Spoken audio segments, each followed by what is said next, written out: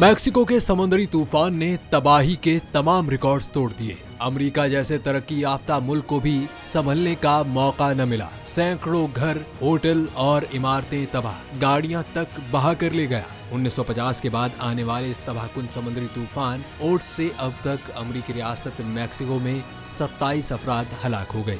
समुद्री तूफान की शिद्दत इतनी ज्यादा थी कि वो अपने साथ सब बहा ले गया।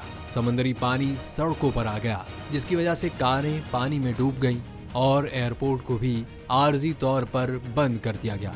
समुद्री तूफान के बायस घरों और होटलों की छतें उखड़ गईं और मवासलाती राबते मुनक़ता हो गए। कैटेगरी 5 का समुद्री तूफान ओट्स के टकराने के वक्त ज्यादा से ज्यादा 265 किलोमीटर फी घंटा की रफ्तार से हवाएं चल रही थी।